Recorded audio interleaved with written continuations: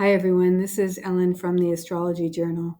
I wanted to talk about the chart for the Taurus new moon that's happening on May 19th at 11:53 Eastern Daylight Time, so just before noon. It's a really like a lot of big, I would say, big energy in a way in this chart, or really notable energy in this chart. That's for sure. There's a grand cross, which often kind of is thought of as challenging, but I'll talk about my thoughts about challenge in a little bit. The grand cross is made up of two oppositions that are perpendicular to each other.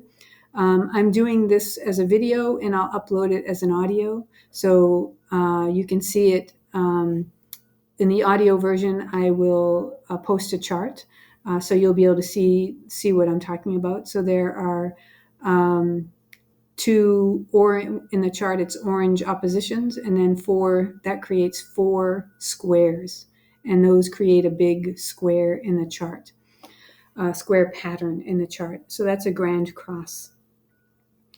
And then there's two Quindeciles in the chart that to me are really notable. Quindeciles are technically minor aspects, but I don't think there's any such thing as a minor aspect. I think it's just what are the aspects and what are they there to help us with, and what's their job or their function in a given chart. So the fact that there are two of them and they both hook up with the south node, and they create this kind of elongated triangle in the chart. So there's these kind of dashed and dotted dark lines in the chart going around the opposition between Jupiter and the south node. Those are the Quindeciles. One is going to Uranus and the other is going to Chiron. And I'll talk about all this in a bit. But the fact that they're hooking up with the south node and they're creating this kind of elongated triangle in the chart tells me that they're significant. There's tons of energy going on in Taurus. So there's Jupiter, the north node, Mercury, Uranus, and then also the sun and the moon, all in Taurus. Sun and the moon are at 28 degrees Taurus. And Jupiter, so almost at the end, and then Jupiter is at 0 degrees Taurus, right at the beginning. So, I mean, the energy spans the entire length of Taurus. Taurus is a fixed sign, so it's stabilizing and steadying. And then Jupiter, in the Grand Cross, one opposition is between Pluto and Mars. The other opposition is between Jupiter and the south node. The south node, Pluto, and Jupiter are all in fixed signs, so steadying and stabilizing. The Mars is in a cardinal sign, it's in Cancer.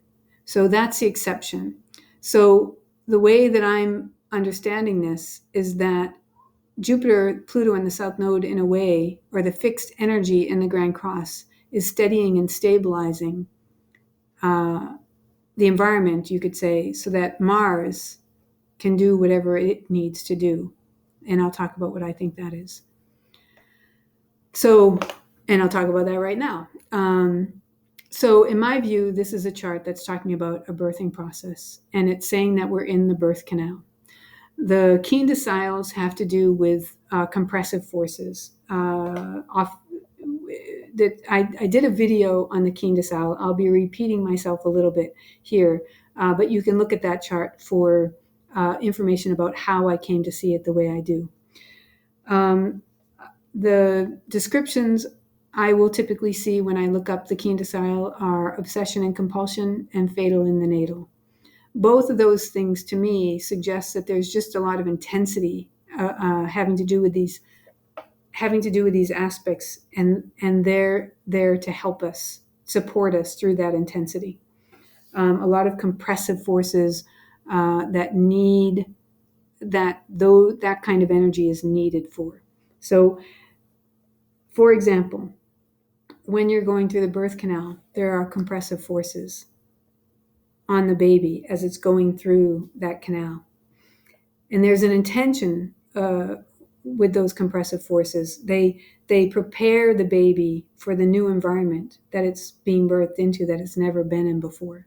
So, for example, the compressive forces will pump out the lungs, the fluid that's been in the lungs, and that prepares the lungs to be able to take in air when the baby goes out of the womb and takes in its first breath.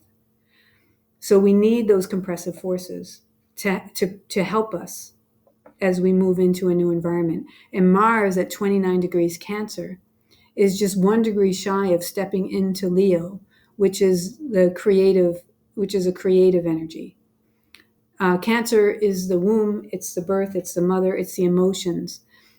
And we need to go through that realm, that watery realm, in order to be able to express ourselves. We have to be able to, our expression, our ability to express ourselves as fully as possible depends on our connection with our emotions.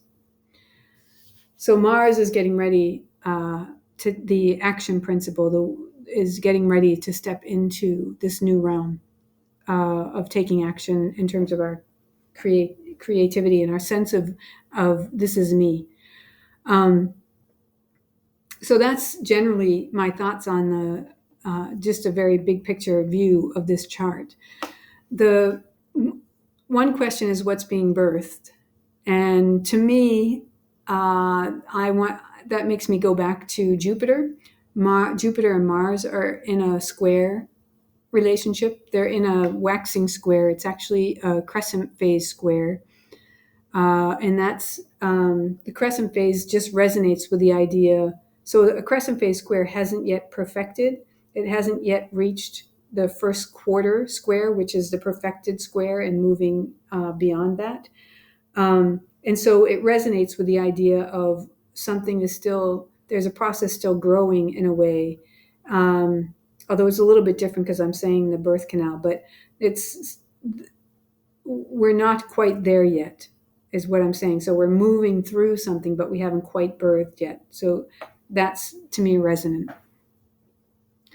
Jupiter is about the stories we tell, about truth and lies, about what we believe.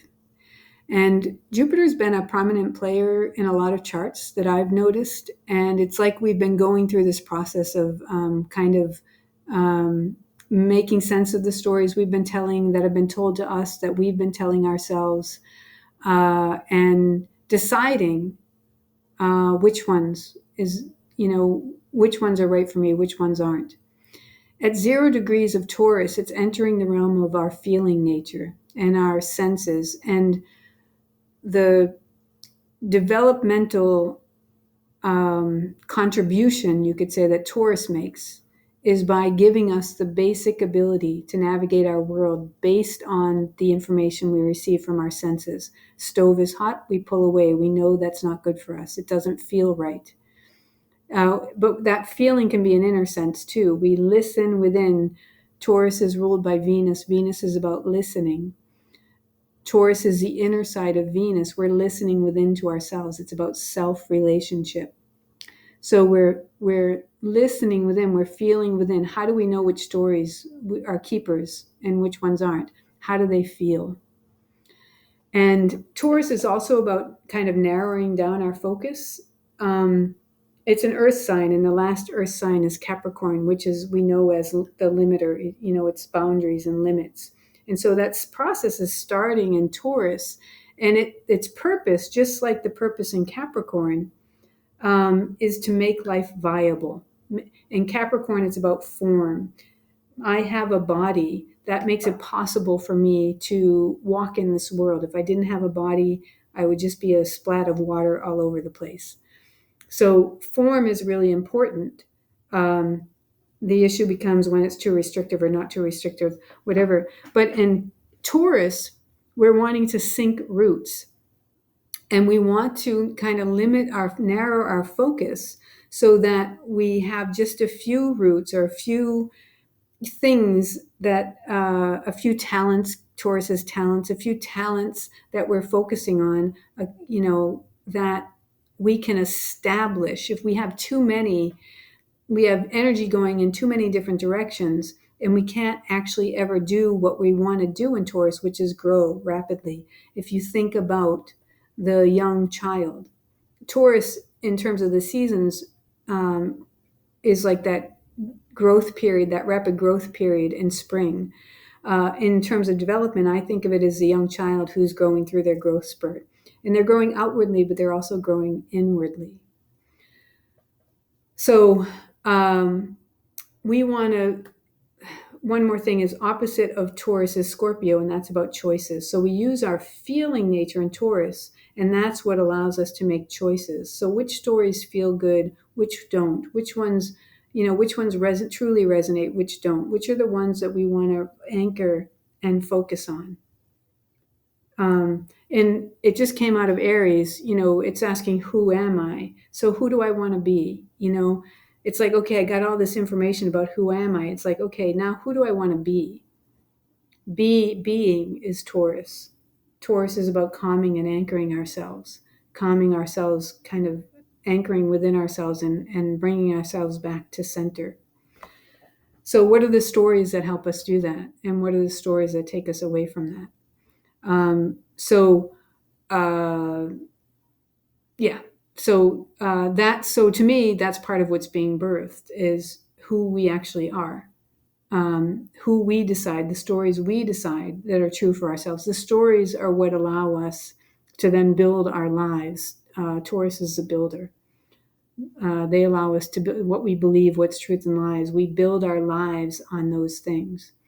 Which are the ones that allow us to feel a sense of worth, and which are the ones that don't. So all of that is going on.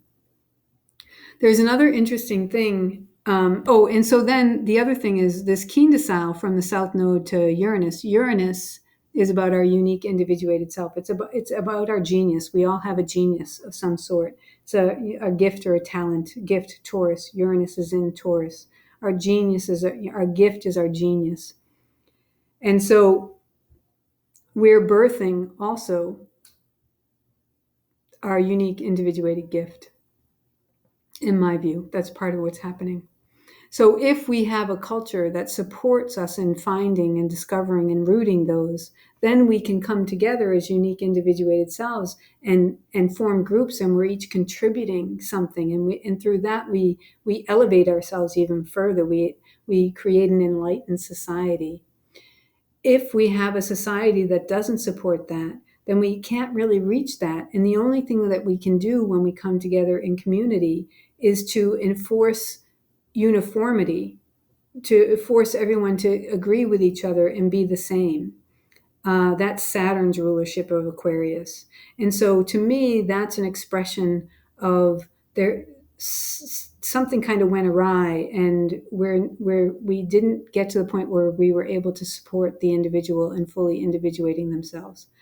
So the other Quindecile is to Chiron, and Chiron is the wounded healer and the wise teacher. So as we go through this birthing process, we may experience wounds. And those so if you think about you have a sore spot on your body and someone accidentally touches it, you clench, but you may also whack. So there's like this counter force that your body naturally reacts with. And so we can maybe think of this idea of these forceful counter reactions as an indication. So I'm thinking in terms of the Quindecile is also that. So I'm thinking in terms of obsession, compulsion maybe is a forceful counter reaction. That maybe it's just a signal that a wound is being touched off. And so we can use that as information to help us learn, heal these wounds and grow into our true selves. There's another piece to this. I'm actually going to put this on pause for a second. There's another piece to this that I'm blanking on, and I want to make sure I remember it because I think it's relevant. Hang on. Okay, so I remembered. So the other interesting thing about this Quindecile between the South Node and Chiron. So the South Node is our past. And this Quindecile is a waxing Quindecile. And that falls at, if you start at 0 degrees of Aries on the natural wheel and you count around, the Quindecile is 165 degrees. You count around, you get to 15 degrees of Virgo. And Virgo is about skill development. And so I've never given birth, so I don't know personally what that process is like. But I know that a lot of mothers go to like Lamaze classes, and part of that, what that class is about, is teaching you the skills you'll need when you're in the process of giving birth. So learning when to breathe, when to relax, when to push, and those are skills. Like you can't really practice. You can practice, but it's not until you go through it that you can actually start doing it. Um, but the idea of skill development. So if a wound is being triggered, this is how I think about it for myself, by the way. So if this is helpful, great. And if not, that's fine too. Whatever is true for you is the most important thing. But so if we're being, what I'm trying to say is there's this idea of this compulsive obsessive force, or this counter reaction. It could also be showing us it's an opportunity to learn, like, oh, maybe this is a time when I need to relax, or maybe this is a time when I need to breathe, or maybe this is a time when I actually do need to push, but push in a way that's actually effective, as opposed, I would think like obsession compulsion is ineffective. So there seems to be energy that is about learning a skill, how to work with these pressures as we go through them. So I think those are my thoughts on this new moon chart. Of course, we won't know until we get there what it's really going to be, but it's helpful for me to think. I don't tend to think too far ahead usually, but sometimes I see something and I do look at it. But it'll be interesting to see how this actually ends up feeling or playing out as we go through this. And whatever, so we don't really need the chart. It's not that the chart is telling us the truth about our lives, but we can use the chart. I like to use the chart because it helps me get clarity. But you don't really need that. Taurus is sort of saying we really just need to be able to tune in. In my case, I feel like kind of my ability to do that has been compromised. And so the chart helps me to do that. So anyway, I just want to end just saying, it's the answer is to listen within. It's not really to listen to the chart. So I'll leave with that. Okay, thanks for listening, and I hope there was something useful or worthwhile here for you. Okay, take good care. Bye.